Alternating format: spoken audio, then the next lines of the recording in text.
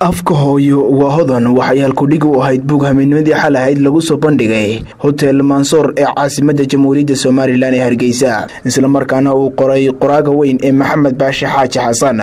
waxaa ka soo qayb galay daahfurka buugani mas'uuliyiinta u sarsareysa saddexda xisbi qaran xubno wasiir ah abwaano qoraayo haween iyo marti sharaf aad u tiro badan ugu horeyn waxa halkaasi ka hadlay Maxamed Baashi Xaaji Xasan qoraaga buugan afka hooyo waa hodan isagoona ka warbixinaya sababaha ku dhaliyay inuu qoro buugani inaga Soomaaliyahan afkan ku hadlaynay af Soomaali waxa uu ka mid yahay afka kursha ama kursha afka loo yaqaano laga hadlo qaybo badan oo ka mid ah qaaradda Afrika gaar ahaan wadamada bari qaaradda Afrika laga soo bilaabo waddanka Suudaan laakiin afka laga eego meelaha inagu ay ku yeeshay dusha sare laakiin haddii hoos loogu dhaco qaabismeedka afka iyo naxwihiisa iyo ereyjideedka afkaasi leeyahay ayaa la ogaanayaa baxnimada ama iska ka dhaxeeya afkaas sidoo kale waxa hadalka iska daba qaatay mas'uuliyiinta saddexda xisbi qaran iyagoona ku amaanay qoraaga buugan kaalinta uu ka qaatay soo nooleynta af Soomaaliga walba waxay leedahay tilmaamo gaar ah marka la tilmaamayo waxaana lagu tilmaamayaa waxa weeyaan afkii Soomaaliga ayaa kala saaraya maaha magac kaliya ka helimaysa waxaad ku helaysaa 5 ama 6 ama 7 ayaad ku helaysaa saadaraadin waxa weeye haddaan wadanahay anu waa dhiiri gelinaynaa waxaanu doonaynaa inaanu qaadano buugaagta Maxamed Xaaji soo qoray halkeena weyn Soomaaliland hagaajisana oo nilaa maxay naga xumaaday maxay loo xirgalay xageen ku soconaa wayna yooliyana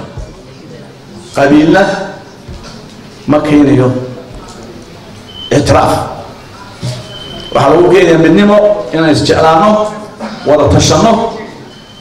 ولا خططينه استراتيجية سمسون سياسة سمسنا الوقت كيني ما كان صح بدله الحلالي ما كان صح بدله نقال جروب الدهنا هذيك الضلحة ولا يكون دهنا التي المصاب بارنا قراءة وبوجات فربضان وهراء قري أديات برعوة هركن وجوه بريئة يا ولينا يكارهان موضوع أو دورتي بوك كقري أو أفكه هو حضر محمد باشا واحد آدي مركي هرنا بوجاتي ولد عشرين بوك وكقري حاجي آدم أحمد حسن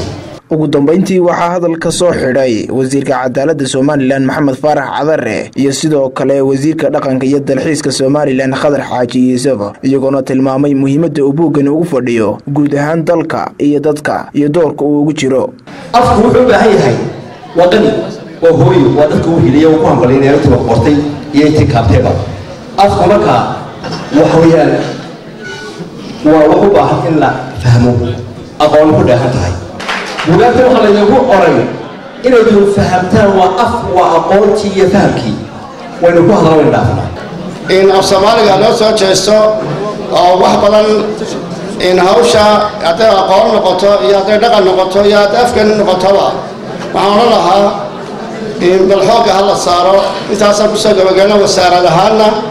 munaasabadani waxay gabagabadii ku soo ilaatay farxad iyo jawi degan waa Cabdi Salaan Axmed Cawad Cabdi Germany Bulsha TV Hargeysa